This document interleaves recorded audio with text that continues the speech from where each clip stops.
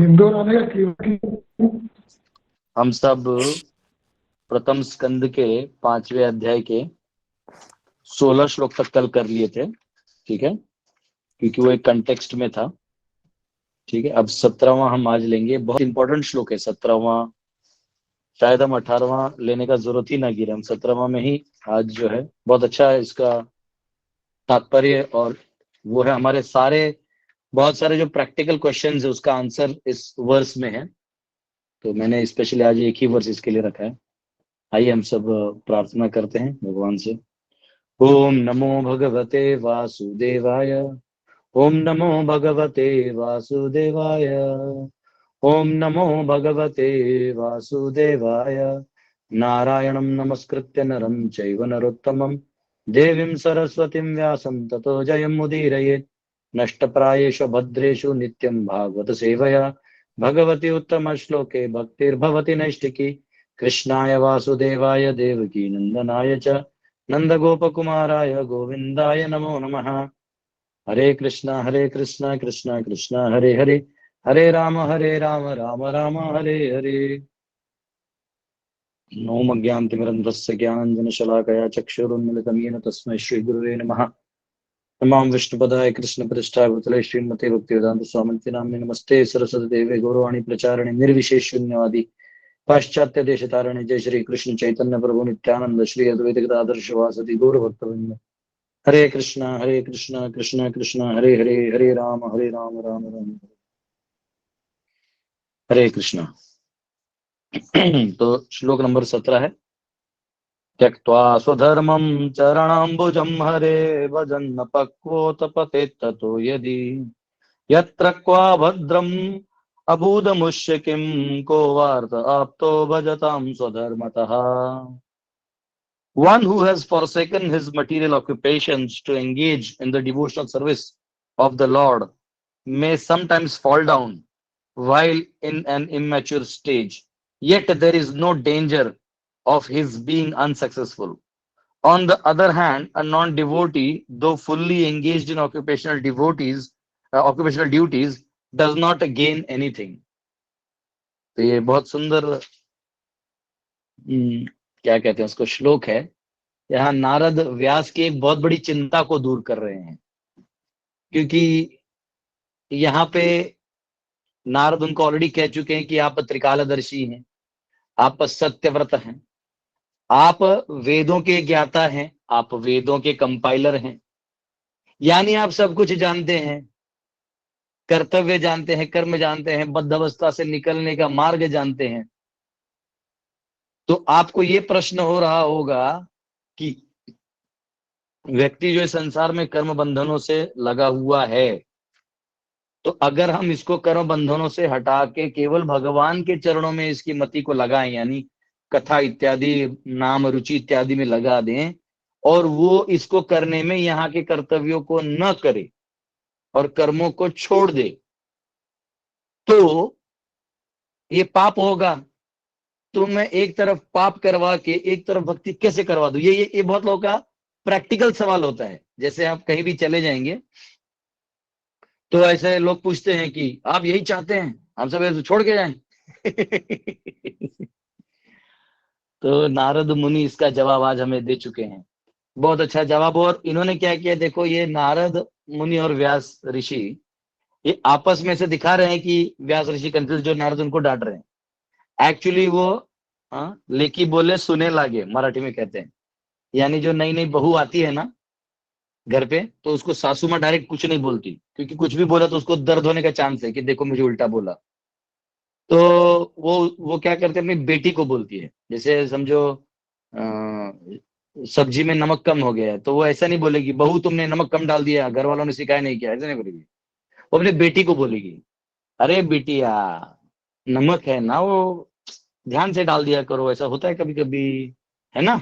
और ज्यादा गिर जाए तो नींबू काट के भी रख लिया करो थाली में, ताकि सामने वाला उसमें डाल के खाए। वो अपनी बेटी से बोलती हो वो। अब बहू को समझ में आता है कि बनाए तो मैंने है, तो उसको बुरा भी नहीं लगता, उसका करेक्शन भी हो जाता है। तो हम जीवात्माओं को अगर डायरेक्ट बोल दें नारद मुनि आके, तो हम लोग नहीं समझेंगे। तो नारद मुनि व्यास को डांट रहे हैं, और वो डांट अब हम सबको समझना है कि हम सब प्रायः अपने कर्तव्यों को बहुत सीरियसली ले लेते हैं, जबकि ये एक छोटा खेला है। हाँ, खेला होबे, ये तो खेला होबे। तो हम सब एक खेल में खेल रहे हैं। एक जीव हमारा भाई बन गया, एक जीव हमारी पत्नी बन गई, एक जीव हमारा चाचा बन गया, एक जीव माँ बाप बन गए। तो ऐसे कर करके हर एक जीव जो है एक एक स्थान ले रहा है, और उसके बीच में बंधनों को माया ने डाल दिया है, तो उससे आप छूट नहीं सकते। अब उन बंधनों के बीच आप अपने आप खेल रहे हो। तो आप खेल रहे हो कि आपको खिलाया जा रहा है, ये एक विषय है। आप करता हो कि आपका कर्ता कराया गया है।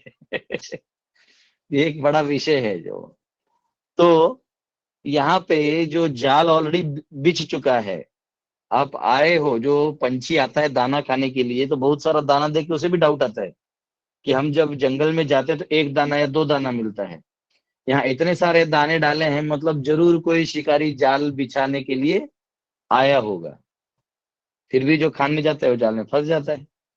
तो वैसे ही ये माया का जो जाल है, तो माया के जाल से निकलने के लिए भी कर्तव्यों का पालन करना बहुत जरूरी है।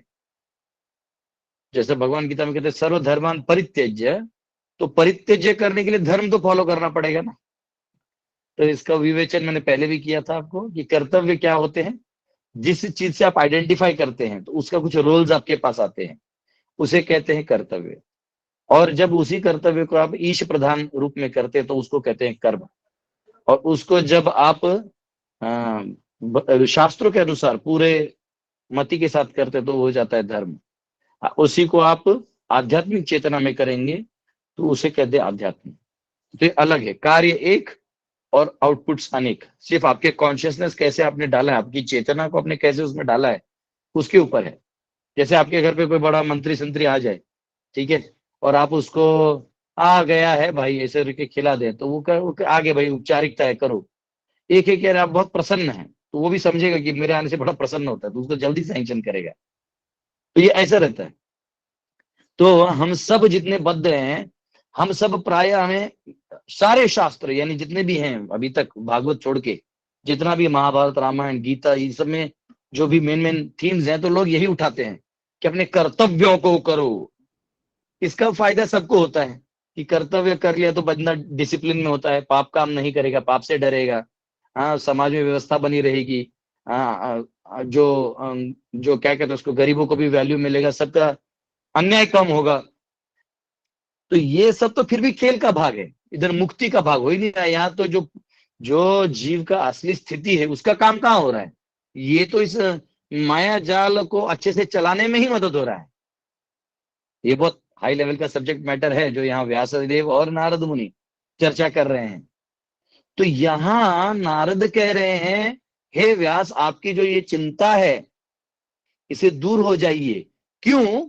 क्योंकि ये श्लोक है। वो कह रहे हैं, त्यक्त्वा स्वधर्मम चरणाम्बुजम हरे। अगर अपने स्वधर्म को, यानी जो उसका गुण कर्म है, ब्राह्मण क्षत्रिय वैश्य इत्यादि जो उसके गुण कर्म से वो जो है, उन कर्तव्यों को अगर वो पूरा कर ले लेटर से, सब अच्छे से परफेक्ट कर ले, लेकिन भगवान हरि का भजन नहीं किया, तो उसे क्या मिला? और अगर वो हरि का भजन कर रहा है, उसमें उसने इसका इसका त्याग कर दिया, तो भी वो हाईएस्ट लेवल पे है। और उसमें भी अगर वो, क्योंकि नवसिखिया है, उसमें भी अगर वो गिर जाए या फिसल जाए या उस मार्ग में वो थोड़ा स्टेबल ना हो पाए, माया के प्रभाव से झटके खाए, तो भी आप उसको कुछ मत करना, क्योंकि वो बहुत जल्दी ही वापस ऊपर चला जाएगा, वापस उठेगा, क्योंकि उसने हायर टेस्ट लिया है। इधर का पूरा करके भी क्या फायदा। इसको मैं मेरे लैंग्वेज में कहता हूं, ये मेरा अपना वर्ड है कि ना, the lowest of the highest is always greater than the highest of the lowest. यानी जो सबसे ऊंचे हाईएस्ट लेवल है, उसका अगर आपने पहला पायदान भी चढ़ लिया हो, पायरी या सीढ़ी या जो लैडर है, उसका पहला भी अगर आपने चढ़ लिया हो, और आपने सबसे नीचे वाले का टॉप चढ़ा हो, तो उसका कोई फायदा नहीं, वही ऊपर वाला कहलाएगा। जैसे आपने पीएचडी में, फर्स्ट ईयर के पीएचडी में है आप, और यहाँ आप ग्रेजुएट 10th स्टैंडर्ड के लास्ट क्लास में, मतलब मैट्रिक के लास्ट क्लास में है, तो भी लोग कहते हैं कि भैया ये उधर 10th है, ये पीएचडी है। इधर इधर फेल भी हो गया तो वो पीएचडी फेल्ड है, तुम 10th के टॉपर होके कोई फायदा नहीं, फर्क है। तो कई बार जो वर्णाश्रम का पालन करते हैं, अपने धर्मों को पालन करते हैं, कर्तव्यों को पालन करते हैं, तो उन्हें बड़ा प्राइड फील होता है कि हम देखिए हमने अपने जीवन को जिया है। आप भक्त क्या जानते हो? हाँ, सिर्फ माला ले लेने से, हरि हरि करने से होगा? हमारी तरह जी के दिखाओ। बोला साहब हमको 10th स्टैंडर्ड का पेपर वापस नहीं लिखने का है।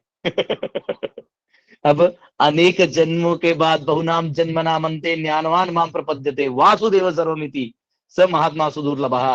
हमें यहां से यहां आने का मौका मिला है, हम वहां से यहां क्यों आए? जस्ट बिकॉज आप कह रहे हैं, आप कह रहे हैं तो आप बने रहिए, हम नहीं आएंगे। तो ये हाईएस्ट लेवल है। और यहाँ क्या कह रहे हैं? भजन अपक्वो। अगर भजन अपक्वो यानी पूरी तरह भी वो भजन में ना लगा हो, यानी वो स्टार्ट ही किया हो और थोड़ा आगे जाके फिर वो फिसल भी सकता है। जैसे आप देखिएगा, प्राय हमारे भारत में सभी के घुटनों में ना घाव के दाग होते हैं। ये दाग होते हैं जब हमें बचपन में साइकिल सिखाया जाता है, चलो साइकिल से स्कूल जाना है, तो साइकिल सीखना है, तो साइकिल में पहले वो अंदर से पाँव डालते थे कैंची की, फिर डंडे के ऊपर डालते थे, फिर सीट पे बैठते थे, फिर दोनों हाथ छोड़ के हम स्टंट मारते थे। तो इन सारे प्रोसेस में कहीं ना कहीं वो बंदा गिरेगा। वो गिरेगा, और जब उसको पाँव में लगेगा तो फिर भी वो चलाएगा, फिर उसके बाद वो बाइक चलाएगा, फिर कार चलाएगा। तो ये सब जो है वो प्रोसेस का पार्ट है। नहीं नहीं नहीं, अब इसको पाँव में लग गया, आज के बाद ये स्कूल बस में ही जाएगा, तो गलत है, फिर वो ग्रो कब करेगा? तो वैसे ही हम अगर हर जन्म में अपने स्वधर्म आए हुए स्वधर्म को ही पूरा करते रहेंगे और भगवान हरि में अपने मति को नहीं लगाएंगे, उनके भजन में नहीं रहेंगे, तो फिर वो कह रहे हैं क्या फायदा, क्या फायदा? भजन अपक्को पतित ततो यदि। और यहाँ पे अगर आप थोड़ा भी करते हो तो क्योंकि ये परमानेंट जोन है, ये हमेशा रहेगा। इसमें इतना भी कर लिया ना, वो हर जन्म में काउंट भी होते रहेगा। यहाँ जितना भी करो वो यहाँ का यहाँ पाप और पुण्य अगले जन्म में बस काउंट होके निकलेगा। लेकिन ये आपको हमेशा इससे बढ़ते रहेगा, बढ़ते रहेगा, बढ़ते रहेगा। तो ये जब तक भगवान आपको खींच के अपने बस नहीं ले लेते। तो ये कह रहे हैं, यहाँ पे एक बहुत सुंदर प्रभुपाद जी कह रहे हैं कि 3 उदाहरण दे रहे हैं प्रभुपाद जी यहाँ पे, स्पेशली भरत महाराज का उदाहरण दे रहे हैं कि कैसे भरत महाराज जो हैं। और प्रभुपाद एक बहुत इंपॉर्टेंट पॉइंट भी कह रहे हैं। प्रभुपाद कह रहे हैं कि देखो, जो नया नया भक्त आता है, नया नया व्यक्ति भक्ति में आता है, तो उसके मन में सेंटिमेंट्स होते हैं, क्योंकि वो अभी पूरा प्यूरिफाई हुआ नहीं है, वो जागरूक नहीं हुआ है। अभी उसका चेतना थोड़ा जागृत हुआ है, तो मेंटल प्लेटफॉर्म पे भी होता है कभी कभी। इसलिए जो नए नए भक्त होते हैं ना, उनको देखिए एकदम शुद्ध भक्ति जैसा फील होता है। बाद में उनको समझ आता है इसके आगे भी कुछ है। वो शुरुआत में जाएंगे ऐसा इधर उधर कहीं भी टच करेंगे, पाँव छू लेंगे, किसी भी गुरु जी का पाँव छू लेंगे, जूनियर सीनियर सबको प्रणाम प्रणाम, आहा हा हा, आहा हा हा। क्योंकि वो स्वभाव, वो हर एक का फेज है। वो पहले आप मेंटल स्टेट पे ही आते हो, क्योंकि पूरे प्यूरिफाई तो होते नहीं इमीडिएटली। तो मेंटल स्टेट पे व्यक्ति जो करता है उसे वो भक्ति लगता है। ग्रेजुअली जब वो धक्के खाता है, अरे ये नहीं ये नहीं, तब वो समझ आता है इससे आगे भी भक्ति है। तो इनिशियली सब लोग यहाँ वहां चरण स्पर्श करते हुए आहा आहा एकदम खुश होता है। तो इस स्टेट में जब वो होता है, तब वो कई बार अनर्थों को अर्थ समझ लेता है, कई बार अपने कर्मों को ही भक्ति समझ लेता है, कई बार वो अपने अचीवमेंट्स को भगवान की मर्जी समझता है। जबकि भगवान ये सब मर्जी देते नहीं, भगवान की मर्जी यही है कि वो आपका सारा छीन के अपने पास लेके जाते हैं। यहाँ जो दे देते हैं वो ठीक है, वो दे दिया, क्षणिक आपका मन मानेगा नहीं तो चलो आपको दे दिया। लेकिन वो कोई स्पेशल मर्सी नहीं है, वो एक ऐसी दे दिया, वो तो देते रहते हैं सबको। हाँ, भगवान देने के लिए तो आए हैं। लेकिन पॉइंट है कि वो हाईएस्ट जो चीज है वो मांगना है हमें। तो अब भगवान क्या करते हैं, आपको छोटा मोटा जो आपने मांग लिया चलो वो तो ऐसे आपकी प्रारब्ध से भी आ जाता है, हम उस अचीवमेंट्स को भक्ति मानने लगते हैं। तो फिर भगवान देखते हैं कितना दिन ये खेला करना है। फिर एक दिन उस भक्त के जीवन में ऐसा छटक करके, हम लोग चद्दर नहीं झटकते, बेडशीट फटाकते तो धूल उड़ जाता है सारा। या कभी कभी मैट्रेस को हम लोग झटकते हैं, सारा धूल उड़ जाता है। तो वैसे ही भगवान क्या करते हैं, हमारे भक्तों के जीवन में एक बार उसको लेते हैं, इसके एग्जिस्टेंस को जब्त करके मारते, तो खुद समझता नहीं क्या चल रहा है, ये कैसे हो गया। अब पूरा धूल धूल उड़ता है, बोलता अरे मैं इतना बुरा आदमी था। इसे कैसे हो गया है। हाँ? तो जब झटकते हैं तो सारा गंदगी बाहर निकलता है, फिर स्वच्छता करके उसको ले लेते हैं। तो वैसे यहाँ पे अपराध होने के भी चांसेस है। उसके अलावा हमारे साथ साथ जो क्या कहते हैं उसको, गलतियां होने के चांसेस हैं, माया में फिसलने के चांसेस हैं। तो हमको ये कभी हंसना नहीं चाहिए, देखो देखो ये पतन हो गया, ना ना ना, वो पतन हो गया तो कल आप भी तो पतन हो सकते हैं। तो उससे आप ये सीखिए कि कैसे उसके उसने क्या क्या गलतियां की जो आपको बच के रहना है, क्योंकि माया देवी प्रबल है, कभी भी किसी को पुकार सकती है। आओ बेटा आओ, थोड़ा आराम करो। कई बार हमारे भक्त होते हैं, बहुत सेवा करते हैं, उन्हें आराम करने का मौका नहीं मिलता। तो वो कभी कभी उनका मतलब जो होना चाहिए चीजें वो नहीं होती, कभी आर्थिक रूप से कमियां होती हैं। तो व्यक्ति कभी कभी फ्रस्ट्रेट हो जाता है, बहुत फ्रस्ट्रेट हो जाता है।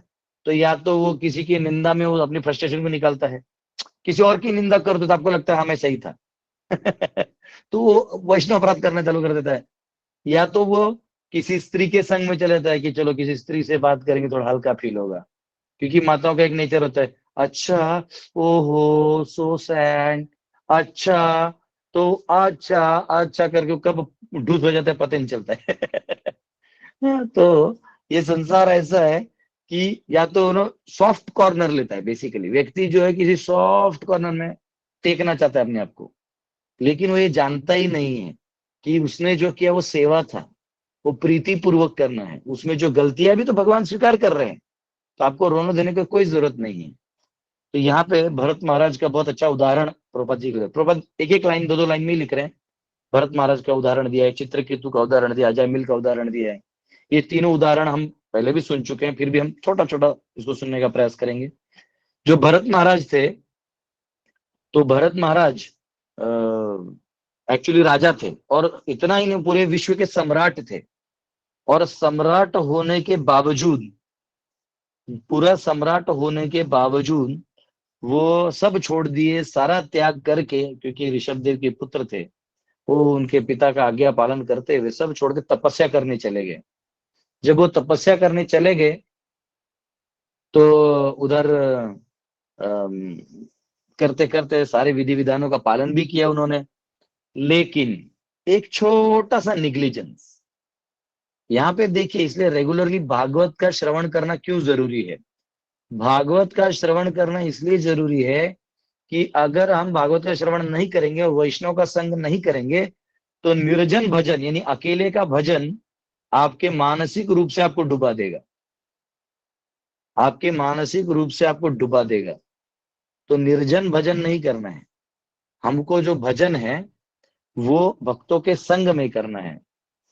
हाँ, वो भक्ति सिद्धांत सरस्वती ठाकुर कहते हैं, दुष्टमान तुम्ही की सेर वैष्णव।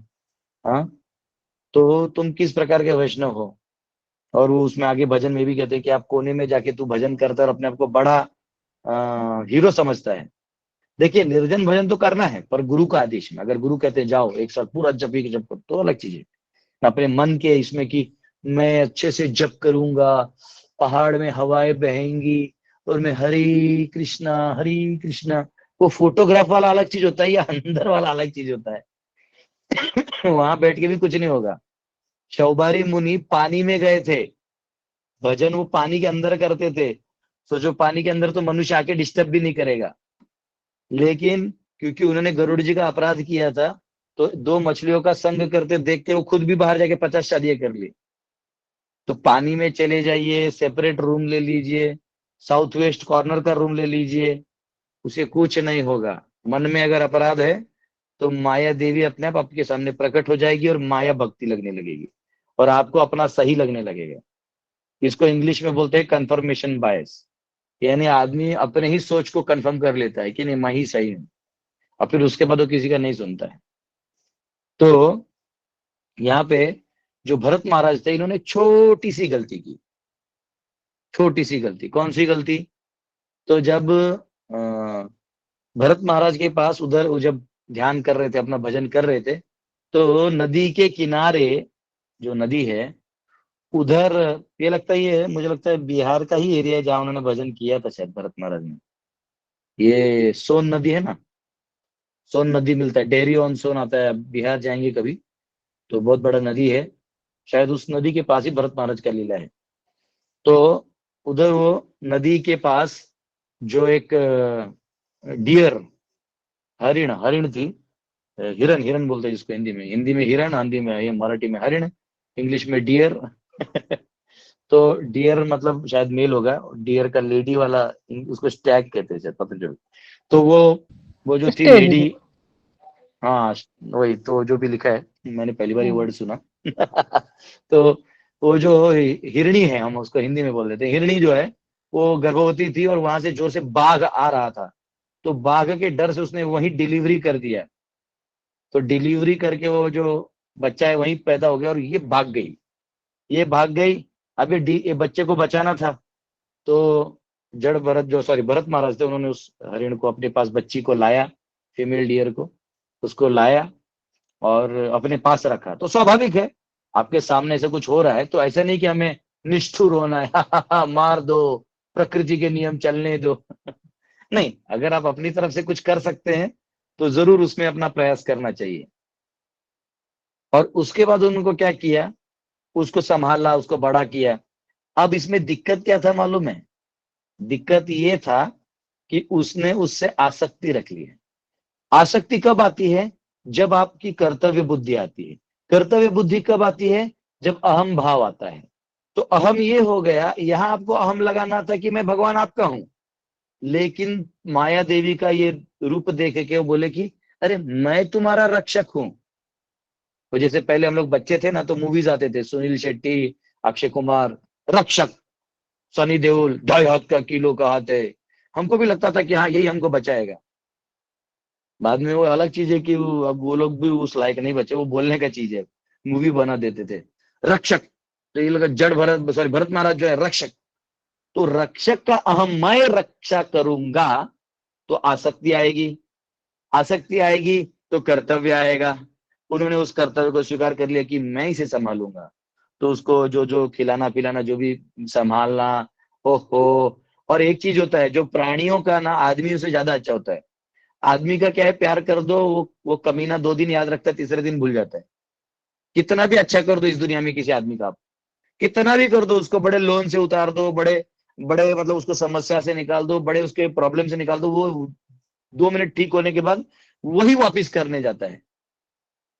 तो ये मनुष्य बहुत बदमाश है। लेकिन प्राणियों का क्या होता है ना, चाहे वो बाघ हो, सिंह, ऐसे बहुत सारे वीडियोस भी आपको यूट्यूब पे मिलते हैं कि वो कैसे बाघ को बचपन में उसने किया और बाद में जब मिलने गया तो बाघ आके उसको गले से चाट रहा है, मतलब आदमी को खाने के वजह उसको चाट रहा है कि दोस्त है। तो अब सोचिए ये हिरण जो है इस बच्ची को देख के, वो बच्चा रो जाता था। और यहाँ ये ध्यान लगा रहे हैं, ये ध्यान लगा रहे हैं, भजन कर रहे हैं। अब भजन तो क्योंकि वो हानिकारक है भी नहीं, हिंसा हिंसा युक्त भी नहीं है हिरण, उसके साथ दोस्ती कर लिए। और उन्हें पता ही नहीं चला कि मैं इतना बड़ा साम्राज्य छोड़ के आया हूं। ऐसे 1000 हिरण तो मेरे लाइन में खड़े होते थे मेरे स्वागत के लिए, आज उन्हें एक हिरण में मैं आसक्त हो चुका हूं। तो आसक्ति एक प्रिंसिपल है, वो आ तो सकती है लेकिन जा नहीं सकती, इसलिए उसको आसक्ति कहते हैं। तो यहाँ पे वो गले लगाए। एक दिन क्या हुआ, तो जैसे हर कहानी को होता है ना, वंस अपॉन अ टाइम, तो एक दिन क्या हुआ कि ये हिरण कहीं गायब हो गया, दिखा नहीं।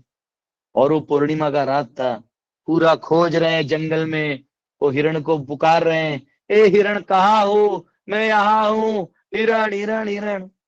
लेकिन अब हिरण कहाँ गया कोई पता नहीं, उसका तो रिकॉर्ड है नहीं, वो तो चला गया, इनका गेम करके चला गया। गेम झाला रे, गेम हो गया इसका। बैंड बज गया, बेइज्जती तो इनकी हुई, वो तो अपना नाच धाच के चला गया। अब ये जो है रात भर हाथ पांव छटक के हिरण हिरण हिरण, इतने व्याकुल हो गए कि मेरे बिना वो कैसे जिएगा, नहीं जी पाएगा। हाँ, कई लोग आसक्त होते हैं, उनको 50 साल के हो जाए, घर का सारा काम उनको बोले कि चलो प्रभु जी अब छोड़िए सब, सेवा में लगिए। हाँ मेरे बिना ये पोता कैसे बड़ा होगा, ये पोता थोड़ा बड़ा होगा, हम आ जाएंगे। अरे पोता बड़ा होगा तो उसका भी बेटा होगा, तो उसके लिए भी रुकोगे? मेरा पोते कब मैं शादी देख के जाऊंगा। तो ये लोग ऐसा सोच, मेरे बिना हिरण क्या खाएगा, कहाँ मिलेगा? अरे पूरा घास ही खाता है, पूरी जंगल में घास ही घास है, तू क्यों टेंशन ले रहा है? लेकिन मुंह में गिरने के बाद और वैष्णव संघ नहीं था, इसलिए कोई ये बोलने के लिए भी नहीं आया उनको कि भरत महाराज माया है, माया निकलिए, हम लोग आत्मा हैं। तो निकलने को था नहीं, फिर वो बाहर आए भी नहीं और उसी तड़प में देह छोड़ दिए, प्राण त्याग दिए। उनका अगला जन्म जो है वो हिरण का हुआ, क्योंकि लेकिन वो भजन किए थे, इसलिए उनका जन्म ऋषियों के आश्रम में उनको मिला, जहाँ ऋषियों के आश्रम में वो हिरण के रूप में रहते थे। और जब वो रहते थे तो क्या कहते हैं उसको, धीरे धीरे उनको ध्यान आया कि मैंने पिछला जन्म कैसे बर्बाद कर दिया। तो अगले जन्म में उन्होंने ऋषियों से ज्ञान भी लिया। अगले जन्म में वो भरत के रूप में जन्म हुआ उनका, उनको जड़ भरत कहते थे। तो वो बिल्कुल किसी चीज से आसक्त नहीं थे, एकदम मतलब एकदम नहीं, ना घर माए बाप कोई कुछ नहीं। उनको लोग पागल कहते थे, पागल। वो ऐसे बैठ जाते थे खेत में चुपचाप, और करते करते वो अपना मतलब हर चीज वो जैसे करना है, वो बस आध्यात्मिक रूप से ही अपनी चेतना को बना के रखते थे। ये इधर उधर देखते ही नहीं थे, उनको पता चला ये बहुत डेंजरस चीज है, आंख खोलो। हाँ, तुकाराम महाराज भी अपने अभंग में कहते हैं, पापाची वासना नको दाहू डोळा, त्याहुनी आंधळा बराच मी। अरे इन आंखों से पाप देखने से अच्छा है कि मैं अंधा रह जाऊं। तो वो उन्होंने क्या किया, उन्होंने जड़ भरत ने सब कुछ छोड़ दिया। लेकिन एक दिन आया जब राजा रहुगण वहां से जा रहे थे, उस एरिया के राजा थे, और उनको पालकी पे ले जाया जा रहा था। तो वहां एक उनका जो पालकी वाला था, उसके पाँव में कुछ हो गया, शायद वो उठा नहीं पा रहा था। तो उन्होंने पालकी को रखा और राजा ने कहा जाओ किसी को भी उठा ले आओ। तो उधर से जो जड़ भर खेत में बैठा था, क्योंकि घर वालों के पास रहता नहीं था, और घर वाले भी देखते थे ये कुछ इंटरेस्टेड ही नहीं दुनियादारी में, तो उसको बोलते बाहर ही रहे। अब वो जड़ भरत जो है वो उसको उठाए इन पालकी वालों ने, आ जाओ, हट्टा कट्टा है, खाता है, खड़े खेत में बैठा है। तो पालकी ले जा रहे थे, ले जा रहे थे। लेकिन भरत महाराज जो थे वो नीचे देख चींटियों के ऊपर पाँव नहीं डालते थे, वो जानते थे। तो एक चींटियों को बचाने के चक्कर में थोड़ा पालकी ऐसा ऐसा हो जाता था। तो भरत महाराज उतरे नीचे, बोले मूर्ख, तुम जानते हो मैं कौन हूं, मैं राजा हूं, तुम्हें अक्ल नहीं है, ऐसे बहुत कुछ बोलने लगे।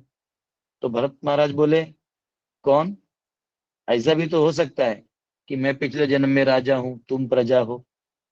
ऐसा भी हो सकता है कि मैं अगली बार मैं राजा हो जाऊं, तुम प्रजा हो जाओ। तो तुम कौन हो। तो ये रघुगुड़ को समझ में आया कि भाई ये तो साधारण आदमी नहीं है, तो तत्व ज्ञान जानता है। तो झुक गए, बोले हम महाराज हमको माफ करिए। राजा रघुगण भी बोला कि मुझे वैष्णव अपराध से डर लगता है, मैं समझ गया हूँ कि आप महान हैं। वो दंडवत किए और बोले आप हमें ज्ञान दीजिए। तो देखिए छोटी सी गलती, तो लेकिन इसमें एक अच्छा चीज क्या है कि अगर गलती होती भी है तो भगवान दयालु है। भजन अपक्को पतेत ततो, यदि बन भी जाए या गिर भी जाए, यत्र क्वा भद्रम अभूद मुश्किम, हाँ वो इससे भी उद्भर जाएगा।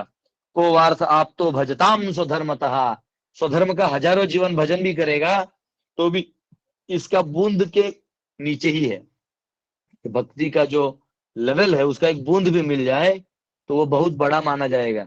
इस स्वधर्म को पूरा भी पालन कर लिया जाए तो भी कुछ नहीं। इसलिए हे व्यास, आप कृपया करके उन इस ग्रंथ की रचना करिए जिसमें भक्तों की महिमा है, भक्ति की महिमा है। स्वधर्म का बात यही इसमें हो ही नहीं रहा है। इसलिए जितने भी कर्मकांडी या कर्मनिष्ठ व्यक्ति लोग हैं वो भागवत के ऊपर कर्तव्य परायणता बताते ही नहीं, क्योंकि इसमें कर्तव्य परायणता है ही नहीं कहीं पे। यहाँ हरि और आप, हरि और आप, हरि और आप, और कुछ है ही नहीं। भगवान है और आप हैं और कोई नहीं। तो इसलिए ये ऐसा लेवल है कि इसके आप डिविनिटी को फील कर सकते हैं। उधर आपको कर्तव्य पूर्ण करने के अकॉम्प्लिशमेंट वाला फीलिंग आता है कि आपके मन में एक भार था कि मेरी बेटी की शादी करवानी है और आपने उस भार को पार कर दिया। अब भार हो गया पार, अब आपको लगेगा हम एकदम हीरो हैं बस। लेकिन ये सिर्फ एक ईगो का मतलब, मेरे ईगो को नहीं हिलाओ, मैं बहुत अच्छा आदमी हूं, ये बताने के लिए हम ये लोगों को बता के कर लेते हैं। पर हम ये नहीं जानते कि उसके अंदर आत्मा है जो अभी भी उस भगवान के प्रेम के लिए तड़प रहा है। उसके लिए कुछ करो व्यास। ये तो अन्य शास्त्रों में तुमने लिख ही दिया है, तो एक शास्त्र की ऐसी रचना करो जो केवल भगवान और भगवान के भक्तों के बीच की बात करे। तो क्योंकि नारद और व्यास भी भगवान की बात कर रहे हैं, इसलिए व्यास ने ये कन्वर्सेशन भी इसमें लिख दिया। ठीक है, एक बहुत स्पेशल लिटरेरी इनकारनेशन है। हम्म?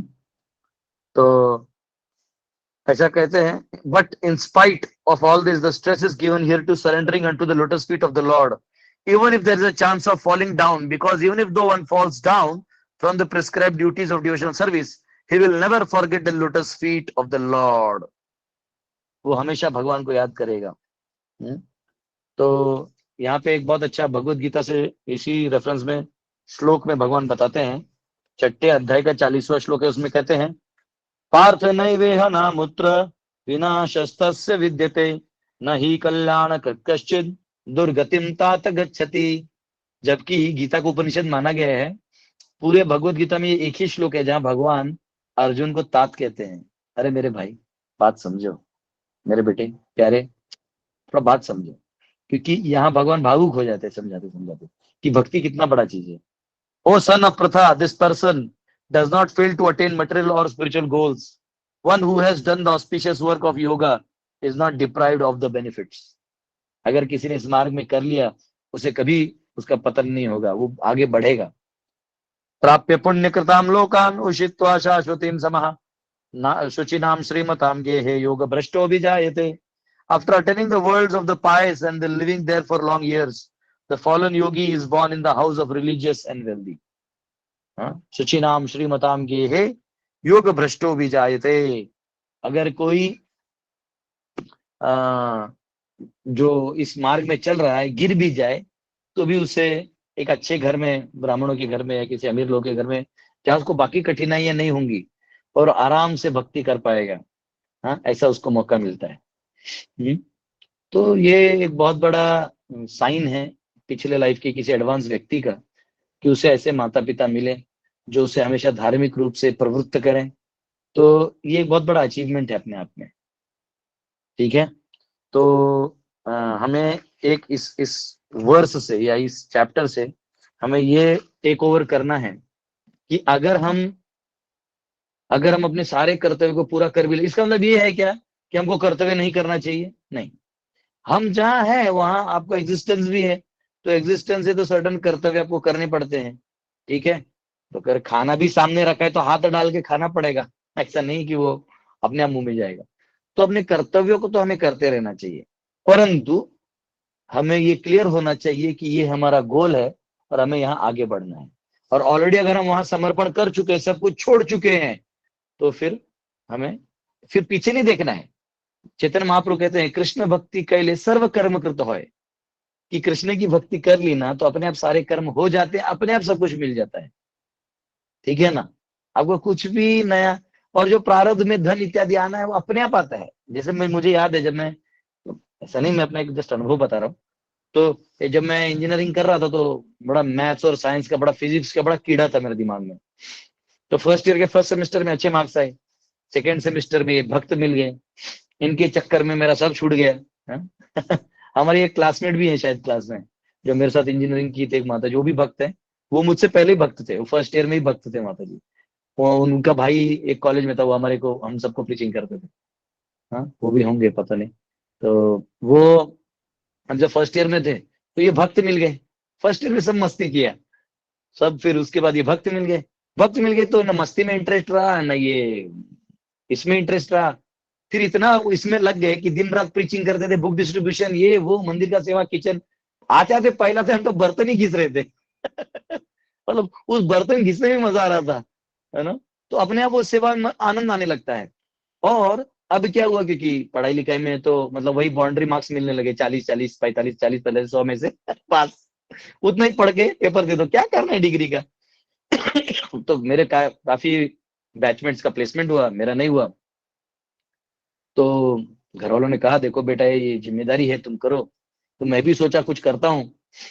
फिर उतने में जब मैं गया बस मंदिर में, वहां एक डिवोटी के कंपनी में जॉब था, वहां से चालू कर दिया, वहां से किया। वो 1.5 साल बाद ऐसे बड़े कंपनी में लग गया, अपने आप होने लगा, ऐसे कुछ अचीवमेंट नहीं, कुछ नहीं, करने लगा, एक्सपीरियंस आने लगा। ये सब अपने आप आते हैं, आप नहीं भी चाहेंगे ना, तो भी ये प्रारब्ध में लिखा तो आते रहेगा यहाँ वहां से। लेकिन हमारा जो गोल है कि भगवान की सेवा करनी है, इसको नहीं छोड़ना है।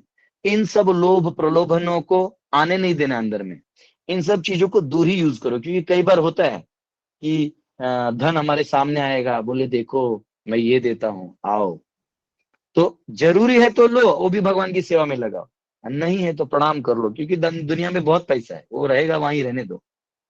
तो इस प्रकार हमें आ, अंदर में मतलब पद्म पत्र इवाम बसा, कमल के फूल की तरह होना है, अंदर से निकलना है, लेकिन कीचड़ को नहीं निकालना है, हमें सीधा एक फूल की तरह रहना है। ठीक है, बहुत बहुत धन्यवाद आप सबका। हरे कृष्णा। कोई क्वेश्चंस हैं? बहुत लोगों ने पहले से हाथ उठा रखा है। हमारी टाटा की माता जी हैं, फिर ये SCP स्किल सेट कुछ है, उनको दे दो नंबर। ठीक है, पूछिए माता जी। प्रभु जी, हमारे पास तो भक्तों को एसोसिएशन ही नहीं है, तो हम क्या भक्ति में गिर जाएंगे, आसक्ति में फंस के रह जाएंगे। आप एक बार और सवाल दोहराइए, थोड़ा माइक नजदीक लेकर आराम से।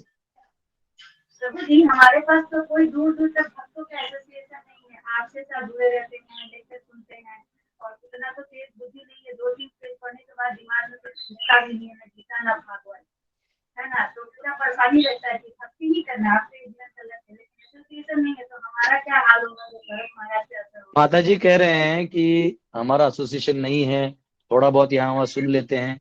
तो देखिए, आपको दो चीज बताते हैं। कभी कभी किसी आदमी ने भूखा रहा है ना, तो उसको सूखा रोटी और नमक भी जो है ना मिठाई की तरह लगता है। ठीक है, तो और उसी में उसका पौष्टिकता भी मिल जाता है। तो अगर आप एसोसिएशन में नहीं है तो ऐसा नहीं हो सकता। कभी कभी एसोसिएशन होता है, पर हमें लोगों से मिलने में डर लगता है। आजकल कलयुग में ऐसा हो गया है कि लोग लोगों से ही डर रहे हैं, कि कौन कब धोखा दे दे, कौन कब कहाँ साइन ले ले, क्या पैसा मांग ले। और आधे लोग तो अपने पैसा बचाने के चक्कर में नहीं जाते, कह रहे जाएंगे मंदिर में वो मांग लेगा, ऐसा भी डर रहता है।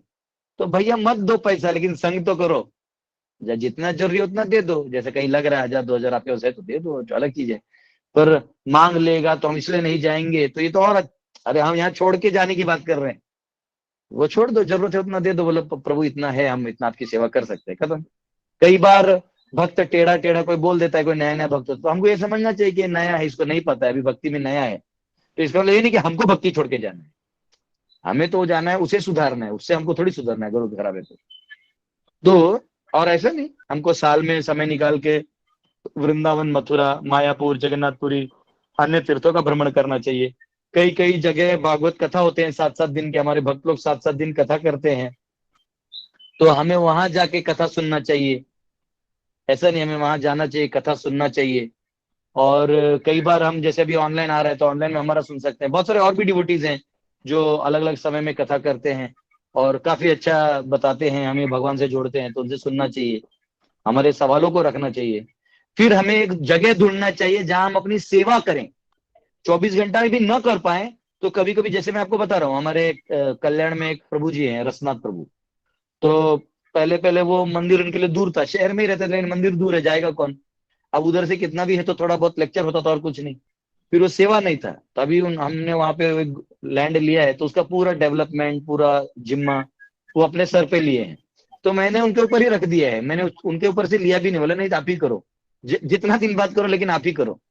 तो उससे क्या हो रहा है कि रोज जो मैनेजमेंट, फिर समय मिला तो ये, फिर जॉब से समय मिला, फिर ये, ऐसा। तो अब जिम्मेदारी करने का तो खुश हो रहे, बोलते प्रभु जी मैं बहुत खुश हूं। अब मुझे ऐसा लग रहा है कि हाँ मैं सेवा कर रहा हूं। तो हमको इस भाव से क्या कहते हैं उसको, सेवा करना चाहिए। तो ये हमको ढूंढना पड़ेगा। देखिए, आपको घर पे आके तो कोई पैसा देता नहीं, लेकिन आप पैसा कमाने के लिए 4 जगह बराबर ढूंढ लेते कि ये बिजनेस वेंचर है, ये बिजनेस वेंचर है, तो पैसा है। तो जो भक्त है इनको आप कैसे नहीं ढूंढ पाइएगा।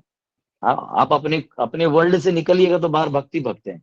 ठीक है, कोई दूर भी है तो 7 दिन के लिए छुट्टी लेके चले जाइए, किसी भी मंदिर में चले जाइए, वहां 7 दिन निकालिए, उन भक्तों का संग लीजिए, जप करिए, कीर्तन करिए, नाचिए गाइए।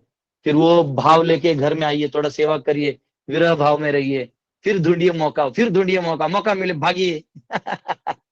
यही तो भक्तों का लक्षण होता है। गोपियां थोड़ी, उनको कोई बोल रहा था, कृष्ण ने बोला आओ आओ मैंने तुम्हारे पतियों को समझा दिए, कुछ नहीं। वो वहां बांसुरी बजाता था, ये लोग रूल रेगुलेशन तोड़ ताड़ के जाते थे। यही भक्त के लक्षण, अब क्या करिएगा। यस, हरे कृष्णा। SCP ये जो नाम है, इससे क्वेश्चन पूछे। हरे कृष्ण अंकिता है जी। हाँ यस यस, हरे कृष्ण, क्या बोला मैं सुना। अंकिता है, अंकिता फ्रॉम हाँ ग्वालियर। यस यस, बोलिए बोलिए, क्वेश्चन था ना आपको, हाथ रेज किया था। जी जी प्रभु जी। प्रभु जी जैसे आपने बताया कि है ना, हम जैसे भक्ति करते हैं तो कभी भक्त होते हैं तो उनको है ना बाहरी इच्छा होती है, तो वो पड़ जाते हैं उसमें और गिर जाते हैं। तो प्रभु जी ऐसी है ना हमारी लाइफ में, जैसे हम भक्ति कर रहे हैं लेकिन हम तो पूरा गृहस्थी है, मटेरियल है, तो हमारा जो इन्वायरमेंट है वो वैसे ही है, तो इच्छा तो आती ही रहती है और फिर हम गिरते ही जाते हैं, तो फिर हमारा तो कितना ज्यादा पतन होता है प्रभु जी। नहीं नहीं नहीं नहीं नहीं नहीं, देखिए ऐसा नहीं है। गृहस्थ जब थोड़ा भी आवाज देता है ना, ये ठाकुर जी भाग के जाते हैं, ठीक है। और वो हम साधुओं को तो पहले से जानते हैं, इसका तो संग है। जहाँ बच्चे को कम वो होता है ना फैसिलिटी, वहां माँ का ज्यादा ध्यान होता है। तो ऐसा मत सोचिए कि आप गृहस्थ हैं तो अभी ज्यादा, ऐसा नहीं। हाँ, क्योंकि गृहस्थ प्रायः बहुत ज्यादा चीजों के बीच में होते हैं। यानी साधु का क्या, उसका आश्रम होता है, एक छोटा सा लंगोट होता है, एक गमछा होता है, दो धोती कुर्ता होता है, उसको आसक्ति रखने के लिए कोई चीज ही नहीं। ठीक है। तो लेकिन जो गृहस्थ होते हैं, इनके सामने धन आता है, सारा जो भी आपको भोग करना है, ये सब आपके पास आता है। कृपया करके म्यूट कर लीजिए, म्यूट, वन विहारी प्रभु म्यूट कर लीजिए। तो जो आसक्ति है की चीजें हैं, ये हमारे सामने आ जाता है। तो अब प्रॉब्लम ये है कि हमें लगता है हम आसक्त हो जाएंगे, एक्चुअली आप आसक्त नहीं हो सकते, क्योंकि गृहस्थ के दायरे ही इतने छोटे होते हैं कि सामने तो है लेकिन मिलता नहीं। देखो ऐसा है, गृहस्थ के सामने चीज होता है लेकिन उसको भोग करने मिलता नहीं। और साधु का साधु से वो ऐसे ही दूर रहता है। भोग करने का वस्तु वो जब चाहे कर सकता है, अकेला कुछ भी कर सकता है, लेकिन वो करेगा नहीं, ऐसा वाला चीज है। तो हमको ये समझना चाहिए कि गृहस्थ है इसका मतलब नहीं कि हम बंधन में हैं।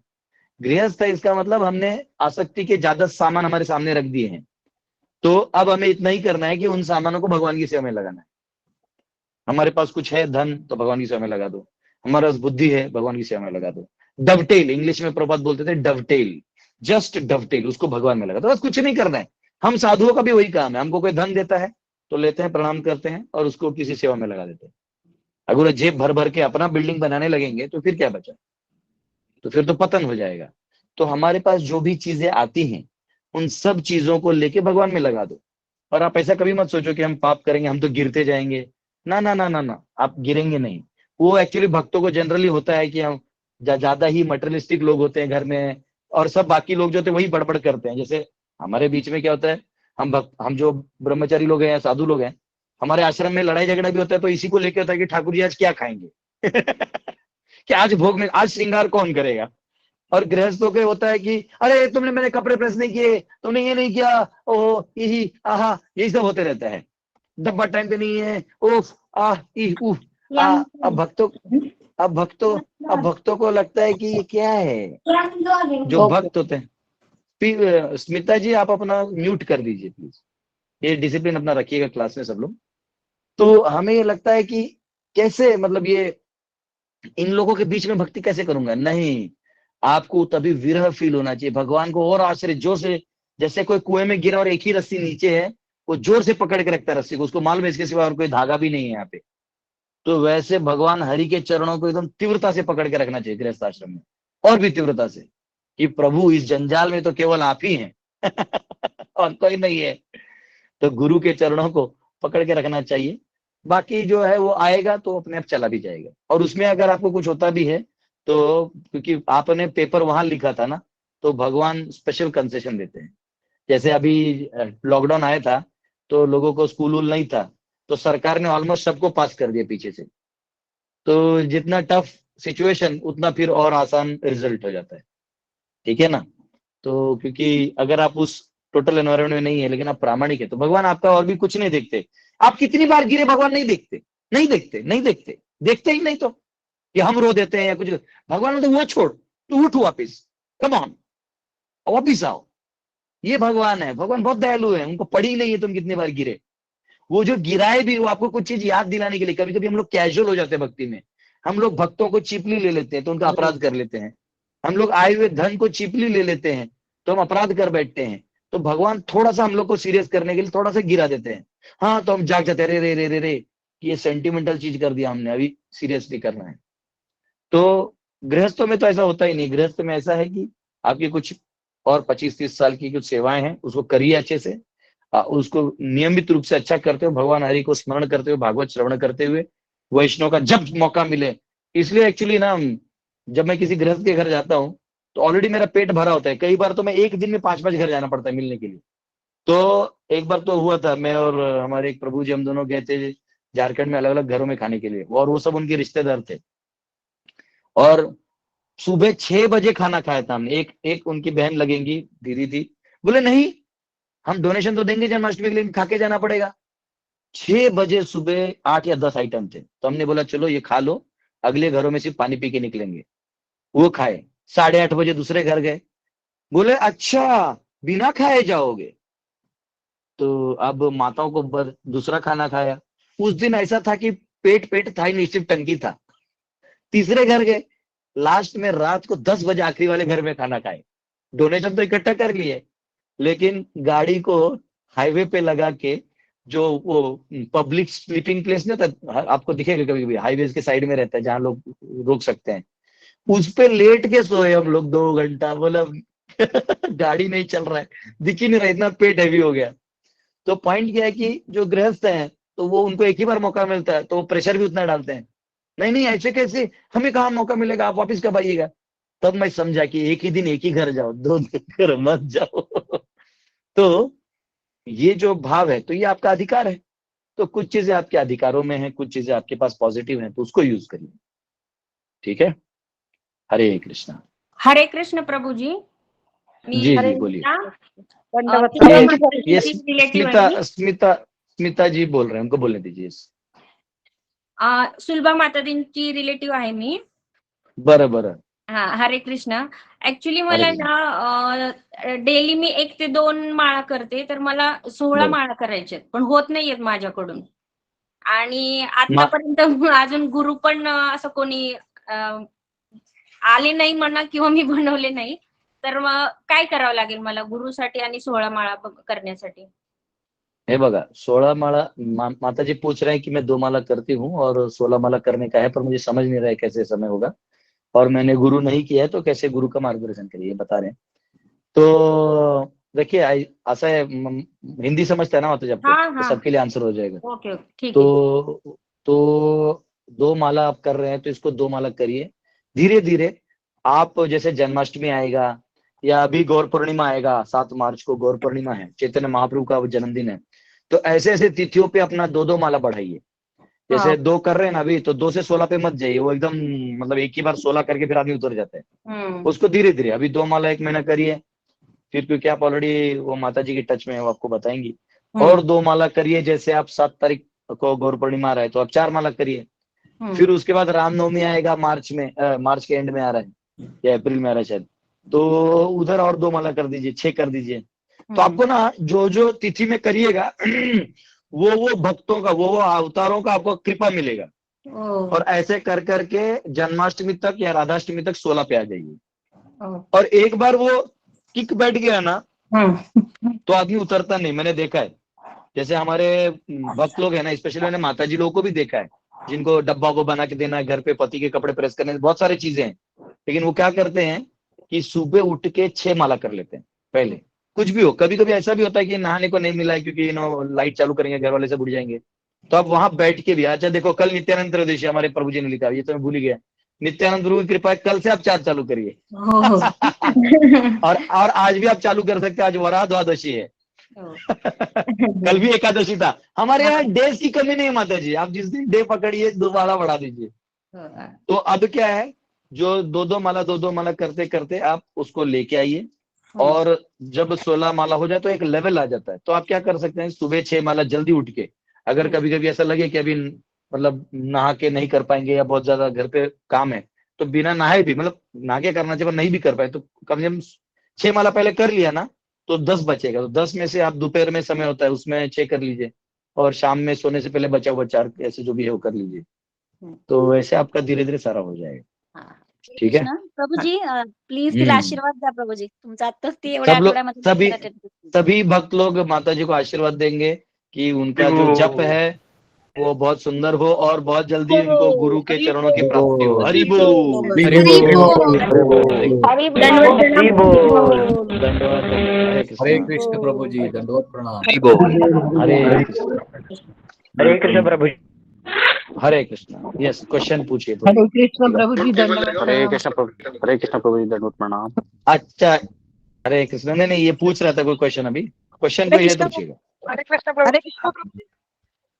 हाँ बोलिए। प्रभु जी, एक चीज थोड़ा सा बहुत अच्छा आपने एक्सप्लेन किया। पहले थोड़ा सा उसमें एक चीज बता दीजिए। जैसे हम गृहस्थ जो है वो मैदान में लड़ाई कर रहे हैं और आप लोग किले में बैठे हैं, या हम किले में आप मैदान में हैं? देखिए, ऐसा है ना कि अगर किसी को भी ये लगे, किसी साधु को ये लगे कि वो फंसा हुआ है, तो उसको हौसला देने के लिए ये बोलना चाहिए कि तू हमारा नेता है। तो वैसे ही मेरा पॉलिसी है, कोई गृहस्थ है उसको लग रहा है कि हम बहुत परेशानी में हैं, तो उसे ये बताना कि अरे तुम बहुत पावरफुल हो, तुम खड़े हो सकते हो। ये हौसला देने वाली बात है, क्योंकि गृहस्थ जीवन जो है बड़ा तामझाम वाला है। क्योंकि गृहस्थ जीवन में भगवान का कृपा ज्यादा होता है। अगर कोई थोड़ा भी आवाज दे रहा है तो भगवान भागते हुए जाते हैं। पर गृहस्थ जीवन में गायब होने के चांसेस बहुत होते हैं। व्यक्ति भगवान को भूलने के चांसेस बहुत ज्यादा होते हैं। क्योंकि इतने, देखिए क्या होता है ना, जैसे 1-2 बॉल खेलना है तो बैट्समैन छक्का मार देता है। हर बॉल पे अगर छक्का चाहिए तो ये रन बड़े बड़े बैट्समैन भी नहीं बना सकते। छक्का मारना आसान है, 1 बार 2 बार 3 बार, 4 बार 5 बार मारे तो आउट होने के चांसेस बहुत ज्यादा है। और उसके ऊपर हर बॉल में मार के आपको इतने रन बनाने हैं जीतने के लिए। हाँ, जैसे कल इंडिया न्यूजीलैंड का मैच था। हाँ, तो उनको लास्ट में तो हर बॉल में छक्के चाहिए थे, और प्लेयर था एक, वो बेचारा मार के वो भी आउट हो गया। तो पॉइंट है कि ये जो क्या कहते हैं उसको, परेशानियां इतनी रहती हैं गृहस्थ जीवन में कि उसमें थोड़ा आपको स्मार्ट बन के रास्ता निकालना पड़ता है। तो लेकिन अभी अभी जिस माता जी ने सवाल पूछा, उसका अभी शादी हुआ है, तो उसको ज्यादा थोड़ी हम पेलेंगे, उसको हौसला ही देंगे कि आगे बढ़ो। कदम कदम बढ़ाए जा, खुशी के गीत गाए जा, ये जिंदगी। आगे बढ़ना है अभी। ऐसा नहीं तो क्या होता है, मैंने देखा है कभी कभी लड़कियां ना वो साधु की तरह विचार करने लगती हैं कि नहीं नहीं, मैं क्यों शादी करूं, है ना। हाँ, आप लोग तो साधु बन गए, मैं थोड़ी शादी करूंगी, इससे तो होगा। ऐसा नहीं होता है, क्योंकि स्त्री शरीर है ना, तो विवाह करके फिर आगे अपने भक्ति कार्य को बढ़ाते रहना। देखो गांधारी, कुंती, द्रौपदी, ये लोग भी अंत में भक्ति थे, लेकिन इन्होंने सब अपने वर्णाश्रम धर्म का पालन किया। तो आजकल की जो लड़कियां हैं ये बड़ी शादियों से डर रही हैं, और इनको वो होता है। तो ये तो है ना, माता जी ने कर्तव्यों को स्वीकार किया है, तो इनको हौसला देना चाहिए। ठीक है ना। तो इसलिए तो आपका माइक म्यूट है माता जी। प्रभु जी, ब्रह्म कुमारी इसकी तरफ जा रहे हैं लोग। मतलब वो हमारे को एक लड़की भी, उसको मैंने बहुत समझाया। मैंने कहा तू पहले गीता का ज्ञान ले ले, उसके बाद डिसीजन करना। तो यही क्या कि मतलब लोग ये चाहते हैं कि हम लड़ाई तो प्रभु जी सबको ही लड़नी पड़ेगी, माया में है तो, लेकिन वो एक किले में बंद हो जाना चाहते हैं। ये चाहते हैं वो लोग, जो लोग ये रास्ता अपनाते हैं। नहीं नहीं, किला कोई नहीं है यहाँ आपका। अगर आपका धर्म नहीं है वो, यानी आपके गुणों से साधु आप नहीं है, यानी आपके मन में अभी भी पैसा बटोरने की इच्छा है, वस्तुएं बटोरने की इच्छा है, हाँ, स्त्रियों को प्रसन्न करने की इच्छा है, तो ये सब फिर आप साधु नहीं है, फिर तो आप पतन हो जाएंगे। तो ये आप ज्यादा दिन नहीं टिकेंगे। अगर आप गृहस्थ मेंटेलिटी के नहीं है, यानी आपको लोगों को दान देने की हमेशा इच्छा है, सारा दूसरे लोगों को देने की इच्छा है, धर्म करने की, दिन रात कथा सुनने की इच्छा है, तो फिर वो पत्नी आपको भगा देगी, बोले भागे यहाँ से, कैसा पति मिला है, दिन रात भजन करते रहता है, नहीं चाहिए ऐसा। तो वो लास्ट में आप वहां से भी संन्यास में आ जाइएगा। तो जहां आपका गुण है वहीं आप रहिएगा। बंधन तो वो कभी कभी आदमी चॉइस कर लेता है, कभी कभी जो साधु बनना चाहिए वो शादी कर लेता है, जिसको शादी करना चाहिए वो साधु बन के घूमते रहता है। ऐसे भी होता है, कभी कभी क्रॉस हो जाता है, तो उसको खुद ही परेशानी होता है। तो बंधन नहीं है एक्चुअली। लड़कियों को तो विवाह करना ही चाहिए। मैं ये अभी किसी पंथ के खिलाफ तो मैं नहीं बोल पाऊंगा, पंथ तो बात अलग है, डिबेट करेंगे तो खुलेआम तोड़ दूंगा। लेकिन लेकिन लड़कियों को इवन मध्व संप्रदाय में भी, श्री संप्रदाय में भी, कुमार रुद्र सब संप्रदाय में स्त्रियों को विवाह का जो है वो अनुष्ठान है, वो उनके लिए सिक्योर है, याद रखिए। वो उनके लिए सिक्योर जोन है। उधर वो आराम से भजन कर सकते हैं। बाहर पति लड़ाई झगड़ा करे, 2 रोटी लाए, इधर मस्त भजन करे, और ये अपना पति की सेवा करके मुक्त हो सकती है। अगर वो खुद हीरो बनना चाहती है आगे आके, तो फिर उसको सारा झेलना पड़ेगा जो उसका पति झेलता है। तो इससे अच्छा है कि अपना मेकअप करके रहो, हेलो हरि बोल प्रभु हरे कृष्णा, अपना मेकअप करके रहो, वो बेचारा अपना पसीना निकालेगा, ठीक है।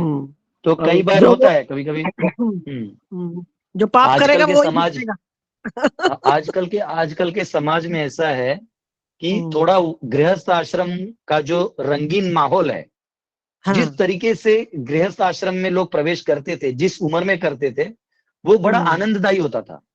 तो गृहस्थ जीवन आराम से 25-30 साल कट जाते थे।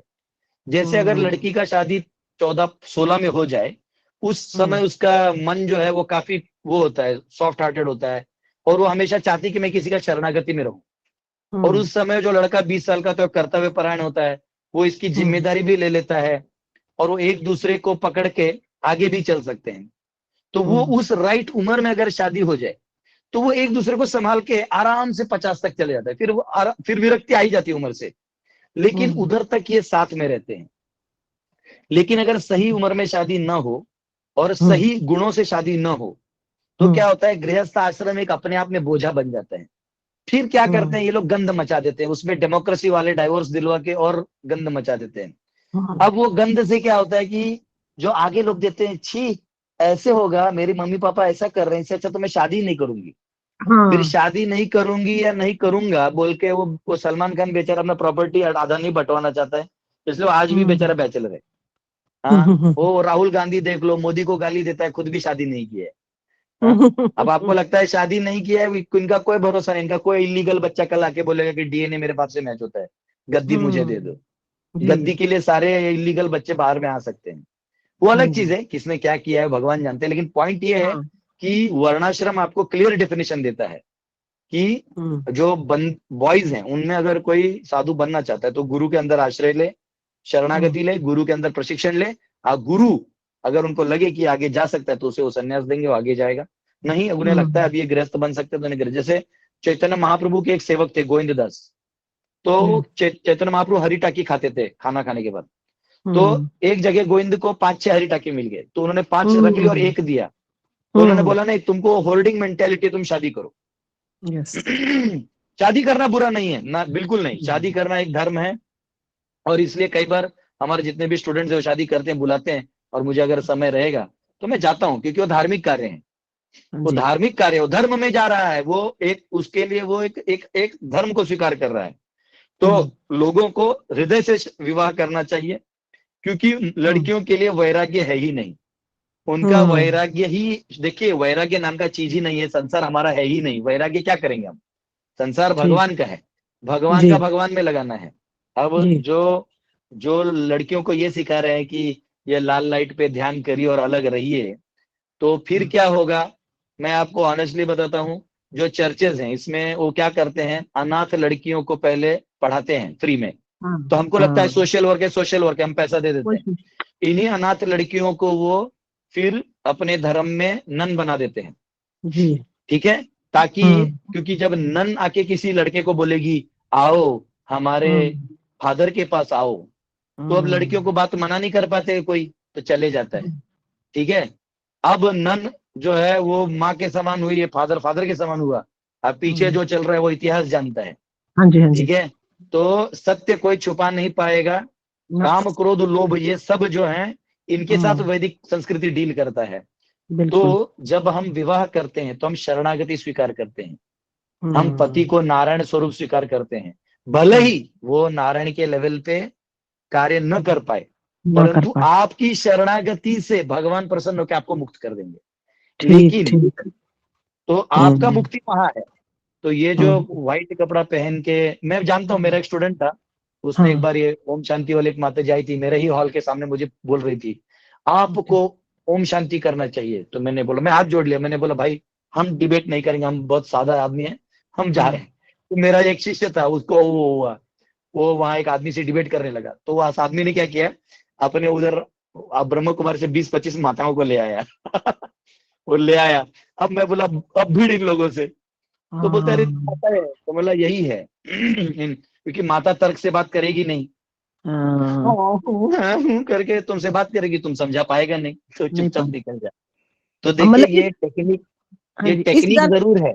हाँ इस डर से कि पता नहीं कैसा पति मिलेगा, शादी ना करो, ये तो कोई लॉजिक नहीं है ना। बात सही है, नहीं नहीं नहीं, बात सही है, डर तो है, पर आप भी कम नहीं हो ना। अगर आप, मतलब मैं कॉमन माताओं हाँ की बात कर रहा हूँ, हाँ जी हाँ तो जी अब लड़कियां आजकल क्या करती हैं, पीछे बॉयफ्रेंड से बात करेंगी हाँ और यहाँ शादी करने से मना करेंगी। हाँ, लेकिन पीछे अगर किसी लड़की में साधु गुण है तो फिर भी उसको शादी करनी चाहिए। शादी करनी ही चाहिए, उसको अपने साधुत्व का परिचय विवाह में पति की सेवा करके दिखानी चाहिए। ठीक मैं आपको स्टोरी बताता हूँ, ये स्टोरी मैंने पहले भी बताया था। एक विद्या वाचस्पति नाम के 500 साल पहले विद्या वाचस्पति नाम के बहुत बड़े विद्वान हुए, ठीक है। इन्होंने एक ऐसा ग्रंथ लिखा है जो ग्रंथ का 6% ही आज तक डिकोड हुआ है। बड़े बड़े विद्वान का दिमाग चकरा जाता है, लास्ट में प्रणाम करके चले जाते हैं, बोले प्लीज हमको छोड़ दीजिए। ये विद्वानों से डिकोड होने वाला नई चीज है। और विद्या वाचस्पति बचपन से लेके, उनको भगवान की कृपा थी, वो केवल शास्त्रों को पढ़ते थे और उसको कंपाइल करते थे। ये विद्या वाचस्पति का 8 साल की लड़की से जब विवाह हुआ, तभी बचपन में विवाह हो जाया करता था, तो वो जो लड़की थी वो सामने आई ही नहीं, क्योंकि 8 से 16-17 तक लड़कियां सामने आती नहीं थी, क्योंकि वो विवाह सिर्फ नाम के लिए हो जाता था। पर उसके पिता ने बोला कि जाओ उनकी सेवा करो, क्योंकि वो ग्रंथवंत में कर रहे हैं अध्ययन, पर उन्हें डिस्टर्ब मत करना। उस बच्ची ने, उस लड़की ने, उसका नाम भामती था, ठीक है। उसका नाम भी लिया तो मेरा इधर कंठ गदगद हो रहा है। क्या भाव था उसका, भाव, वाह। उसका कथा सुनेंगे, आंखों से आंसू आता है। जब पहली बार सुना, मैं आंखों जरूर रो दिया था। देखिए यहाँ ना लेवल का बात है, आपकी शरणागति का बात है। वहां उस लड़की ने 8 साल से होते हुए 33 साल तक, यानी 25 साल उनकी सेवा की। इतनी सेवा की, उसके सामने भी नहीं आती थी। उनके कपड़े वहीं रहते थे, कुर्ता, उनका खाना, सब कुछ पहले करके वो पीछे हो जाती थी, पर्दे के पीछे, कभी सामने नहीं आती थी। और पहले की माताएं पायल पहनती थी, उससे पता चलता था कौन कहाँ है। लेकिन ये महात्मा जी विद्या वाचस्पति इतने मग्न थे, मतलब ये इस आध्यात्मिक जगत के विषयों में, कि उनको ध्यान ही नहीं रहता था यहाँ कौन है, मतलब यहाँ मेरा कोई है या सेवक है, क्या है। वो अपने इसमें ही रहते थे। तो एक दिन शाम में वो स्नान करके आते थे, शाम का तीसरा स्नान करके जब वो आते थे, तो वहां दिया वगैरह सब लगा हुआ रहता था पढ़ने के लिए। जब वो पढ़ रहे थे तो उनकी पत्नी पर्दे के पीछे रहती थी, और उन्होंने देखा कि दिया बुझ गया हवा से। हवा कुछ ज्यादा आया, आंधी तूफान वाला, वो बुझ गया। तो उन्होंने अंदर से दूसरा दिया जला के केवल अपना हाथ ऐसा किया, और ये दिया यहां से ले लिया। तो विद्या वाचस्पति को थोड़ा लगा, रहे हाथ कौन। विद्या वाचस्पति पूछ रहे हैं 25 साल शादी होने के बाद 33 साल की लड़की से, कौन, क्या कौन है। वो चूड़ियां उड़ियां देखी, हाँ। तो वो अंदर से आवाज करती, मैं भामती। हाँ, कौन भामती। तो बोलते, आपकी धर्मपत्नी, हमारा 25 साल पहले विवाह हुआ था। हाँ, उनको याद है क्या मेरा विवाह, अरे मैंने आपको कोई सेवा ही नहीं किया, मतलब ये कह रहा है। फिर मैं इस सेवा में इतना रह के मैं वो एकदम वो हो गए। और वो अपने ग्रंथ का आखिरी लाइन लिख रहे थे, उस आखिरी लाइन को कंप्लीट करके उन्होंने लिखा, इदम भामती को समर्पण है, और इस ग्रंथ का नाम भामती होगा। उन्होंने उस ग्रंथ का नाम भामती लिख दिया, और तभी ब्रह्मा विष्णु महेश विद्या वाचस्पति का नहीं, भामती का दर्शन करने के लिए नीचे आए थे। और भामती की वजह से इन तीनों का दर्शन हुआ। तो एक याद रखिए कि पुंडलिक थे हमारे पंढरपुर में, ये कथा है। पुंडलिक के माता पिता सिंपल भक्त थे, पर उन्होंने उनको गुरु बनाया। वो इतने बड़े भक्त भी नहीं थे, पर भक्त थे, भक्ति मार्ग से जुड़े थे। उन्होंने उनको गुरु बनाया, उनकी सेवा की। लेकिन पुंडलिक भक्त था, उसका प्रामाणिक सेवा देख के स्वयं भगवान दर्शन दिए उनको विठ्ठल के रूप में। तो बात समझने ये है कि आपका पति कैसा है, आपकी पत्नी कैसे है, आपके गुरु कितने प्रगत हैं, आपके गुरु को कितना संस्कृत आता है, इस सबसे कोई लेना देना नहीं। भगवान देख रहे हैं कि जो विधि का विधान है गुरु के प्रति समर्पण, क्या तुम में है। गुरु कैसा है, उसको क्या सुधारना है वो मैं देख लूंगा, पर क्या तुम सही शिष्य हो, क्या तुम एक अच्छी पत्नी हो। वो अच्छा पति नहीं है, वो तो भोगेगा, वो भोगेगा, पर क्या तुम अच्छी पत्नी हो। इसी प्रोग्राम में एक माता जी हैं, क्या नाम मैं लूंगा नहीं, कि वो पहले भक्ति करती थी, उनका दीक्षा भी हो गया। तो बाद में वो बोली कि प्रभु जी मेरे पति तो बोल रहे हैं कि नॉनवेज बनाना पड़ेगा, मेरे को खाना है। तो मैंने बोला कि अब देखो, आइडियल लेके चलोगे तो पति से लड़ाई हो जाएगा। तो अपने अस्तित्व को बना के भगवान को बोलो कि ये केवल मैं जिस बद्ध अवस्था में हूँ इसके लिए कर रही हूँ, और आप मुझे कृपया करके इस ऐसे जंगल से छुड़ाइए। कुछ नहीं, उन्होंने बनाया। और उसी 6 महीने बाद हमारी वृंदावन यात्रा थी, उनके पतिदेव भी आए थे, वो आए थे आगरा देखने, वो यात्रा के लिए भी नहीं आए थे, वो बोले आप लोग करना, मैं आगरा देख लूंगा। पर फिर भी उन्होंने यात्रा की और आखिरी दिन आगरा गए थे। और पूरा यात्रा करके आने के बाद वो हाथ जोड़ के बोले कि प्रभु जी मेरे हाथ से गलती हो गया। बोला क्या? बोले जानबूझ के मैं पत्ती से बनवाता था ताकि मैं उसको ये दिखाऊं कि मैं सुपीरियर हूँ, लेकिन आज से मैं वचन देता हूँ कि न मैं खाऊंगा और न मैं उसके हाथ से बनवाऊंगा। तो भगवान करते हैं, लेकिन आप अभी सब चाहते हो, अभी शादी हो जाए, अभी मेरा भक्त जो है प्रहलाद और ध्रुव की तरह भगवान नारायण को प्रकट कर दे। समय दीजिए, समय दीजिए। ग्रेजुएट होते। ठीक, हरे कृष्ण, हरे कृष्ण। मेरा रखवाइए उनके बीच में, सुधार दूंगा सबको। हाँ, वही सोच रही हूँ मैं, वो लड़की बहुत अच्छी है प्रभु जी, मेरा मन करता है कि वो सही दिशा उसको मिले, लेकिन हम होते हैं ना कि हमारी इच्छा से क्या होना है, मतलब शायद हो भी जाए, पता नहीं। हरे कृष्ण, सुनाऊंगी उसको ये सब, ठीक है, समझाइए उसको सब। हरे कृष्ण। अभी ऐसा है, आज हमारा समय ऑलरेडी सुपरसीड हो गया है, हमने 1 घंटा 6 मिनट बात कर लिया है। तो 9 बजे तक क्लास होता है, 9 से 9:10 तक मैं क्वेश्चन आंसर लेता हूँ, लेकिन आज ये टॉपिक थोड़ा कुछ अलग था, इसलिए मैंने ले लिया, क्लैरिफिकेशन चाहिए था। तो आप अपने क्वेश्चंस को रखिए, हम कल क्वेश्चंस करेंगे, आप लोग इसको पेंडिंग में रखिए। बहुत बहुत धन्यवाद आप सबका। हरे कृष्ण। हरे कृष्ण। हरे कृष्ण प्रभु, हरे कृष्ण प्रभु, हरे कृष्ण प्रभु, दंडवत प्रणाम। हरे कृष्ण।